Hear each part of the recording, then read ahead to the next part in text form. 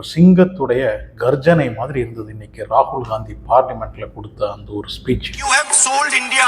Are you not ashamed of selling India? அதாவது நாக்க புடுங்கிக்கிற மாதிரி கேள்வி கேட்டாங்க அப்படின்னு சொல்லுவாங்க இல்லையா, அது இதுதான். பாரத மாதாவை கொண்டு போய் வித்துட்டீங்களடா, ட்ரம்ப்புக்கு அடமானம் வச்சுட்டீங்களடா அப்படின்ற மாதிரி அப்படி ஒரு ஆவேசமான பேச்சு. அதை கேட்டுக்கிட்டு இருந்த பிஜேபியை சேர்ந்தவங்கெல்லாம் அவங்க முகத்தெல்லாம் நீங்கள் பார்க்கணும்.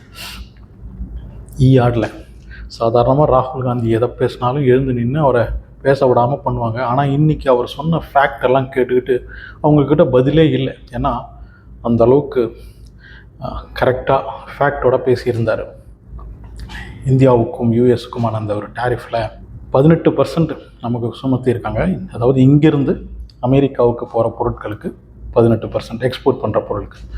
அங்கேருந்து அமெரிக்காவிலிருந்து எந்த பொருள் வந்தாலும் 0%, 0.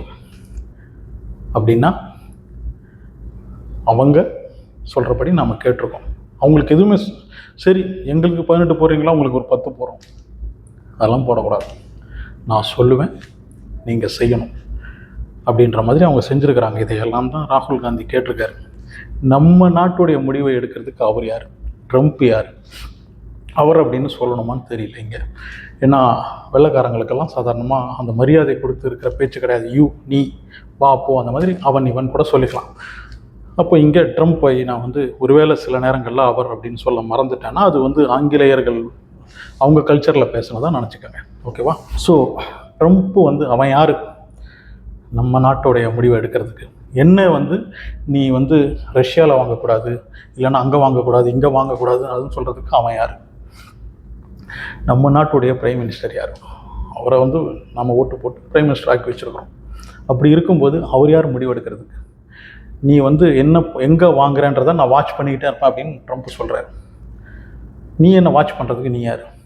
என் நாட்டுடைய முடிவு நான் எடுப்பேன் அப்படின்னு ஏன் நம்ம மோடியால் தைரியமாக பதில் சொல்ல முடியல? எனக்கு டேரிஃப் நீ 18 போட்டால் அமெரிக்காவுக்கு ஏன் நம்மளால் டேரிஃப் போட முடியல? அப்போ நாம் என்ன ஆகிருக்கிறோம்? நம்மளை யார் மிரட்டுறாங்க? இதை தான் அவர் கேட்டிருக்காரு. விவசாயிகளுக்கெல்லாம் பாதிப்பே கிடையாது இந்த ஒரு டேரிஃபமாக இப்போ போட்டிருக்காங்க இல்லையா, கடைசி டீல். அந்த டீலில் 0% அமெரிக்காவிலிருந்து வர்ற விவசாய பொருட்களுக்கெல்லாம் 0% அப்படின்னும் போது அதில் மெயினாக பாதிக்கப்பட போகிறது யார் அப்படின்னு ராகுல் காந்தி சொல்லியிருக்கிறாரு.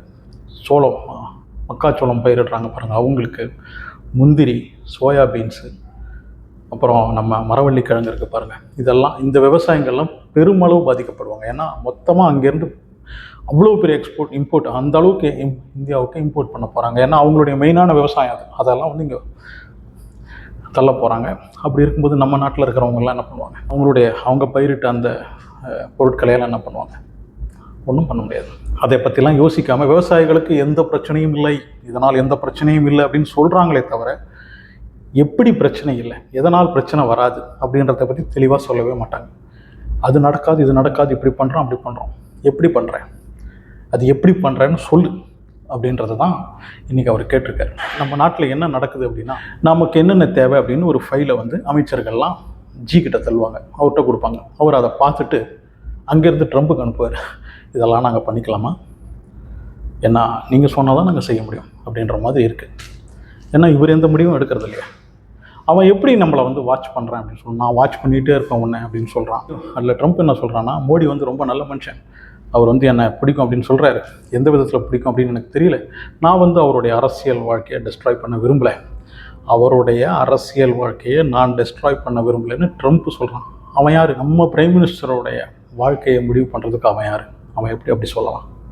இதையெல்லாம் தான் ராகுல் காந்தி இன்றைக்கி அங்கே பார்லிமெண்ட்டில் கிழின்னு கிழிச்சாங்க. எதிர்த்து ஒரு வார்த்தை பேசலையே, பேச முடியாது அவங்களால. அதில் அவமானமாக இல்லையா? அவங்களுக்கெல்லாம் அவமானமாக இல்லையா? இவ்வளவு செஞ்சுட்டு, இவ்வளவு அசிங்கமாக பண்ணிவிட்டு, நாட்டை கொண்டு போய் விற்றுட்டு இந்த பார்லிமெண்ட்டுக்குள்ளே வர்றதுக்கு உங்களுக்கு அவமானமாக இல்லையா, அசிங்கமாக இல்லையா அப்படின்னு கேட்குறாரு ராகுல் காந்தி. அதுக்கும் பதில் சொல்ல முடியல அவங்களால.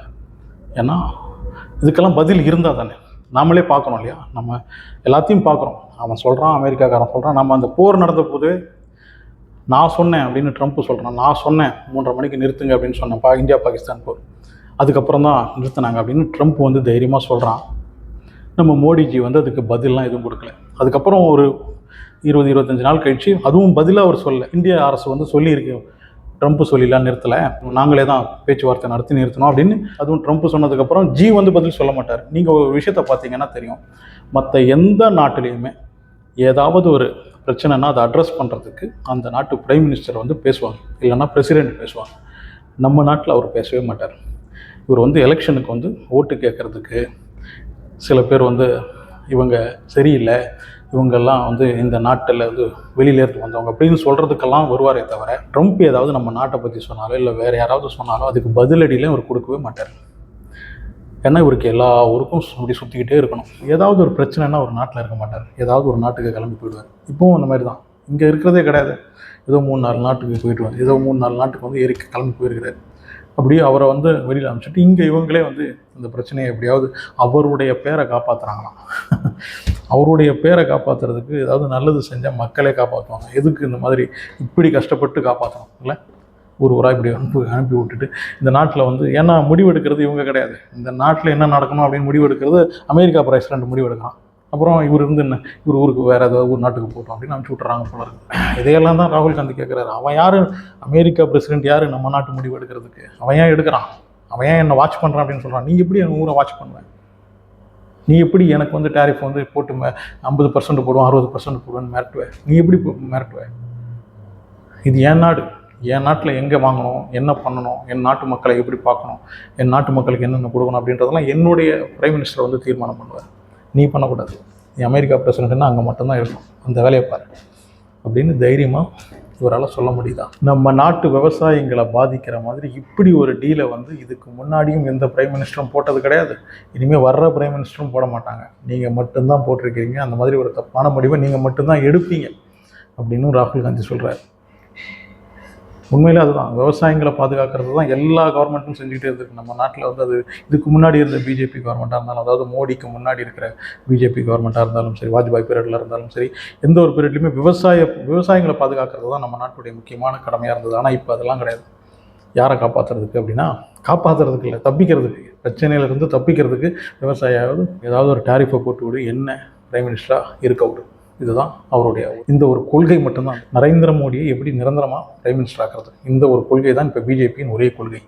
விவசாயியாவது ஏதாவது, விவசாயிகளை பற்றியெல்லாம் கவலைப்படுறதுக்கு உங்களுக்கு டைம் இல்லை. அப்படியே கவலைப்பட்டாலும் அதுக்கு வந்து ட்ரம்ப் விட மாட்டார், அந்த முடிவெல்லாம் அவர் எடுப்பார்.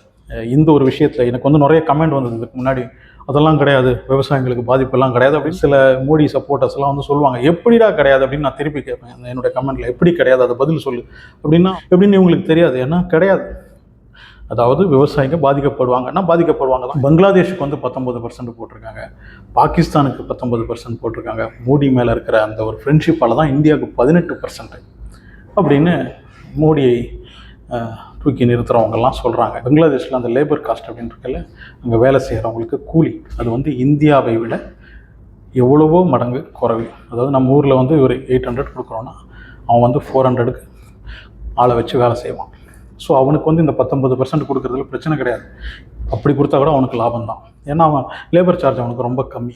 ஆனால் நம்ம ஊரில் அப்படி கிடையாது. அப்படி பார்க்கும்போது அவனுக்கு 19% டேரிஃப் போட்டால் நமக்கு 10% தான் போகணும், ஏன்னா நம்ம ஊரில் லேபர் சார்ஜெலாம் அதிகம். ஆனால் ஜி சப்போர்ட்டர்ஸ்லாம் என்ன சொல்கிறாங்க, பங்களாதேஷ்க்கு 19 நம்மளுக்கு 18 தான். சமாளிக்கிறதுக்குன்னு, அதாவது இப்போ ஜியை சப்போர்ட் பண்ணுறவங்களுக்கெல்லாம் என்ன ஆகிப்போச்சுன்னா, இவருக்கு முட்டு கொடுக்குறதே இவங்களுக்கு பெரிய டென்ஷனாக இருக்குது. டெய்லி பிபி மருத்துவரை போட்டுக்கிட்டு இவர் வந்து ஏதாவது செஞ்சு விட்டுறாரு, நாம் அதுக்கு பதில் சொல்லிக்கிட்டு இருக்கோமே, நம்ம ஏன்டா இந்த டென்ஷனை எடுத்துக்கணும் அப்படின்னு அவங்க புலம்ப ஆரம்பிச்சிட்டாங்க. இப்போ நிறைய முட்டு கொடுக்குறவங்களாம் போயிட்டாங்க, யூடியூப்லேருந்து நிறைய பேர் காணும், முடியல அவங்களால.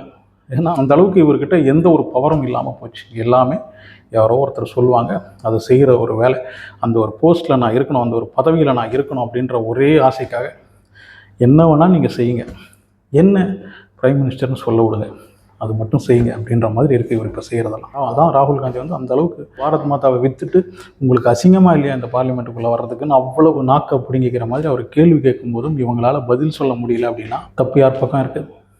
நீங்களே முடிவெடுங்க. உங்களுடைய கருத்து என்ன அப்படின்றத கமெண்ட்டில் வந்து சொல்லுங்கள். அனசுடன் சேனலை சப்ஸ்கிரைப் பண்ணி வச்சுக்கோங்க, லைக் பண்ணுங்கள், ஷேர் பண்ணுங்கள்.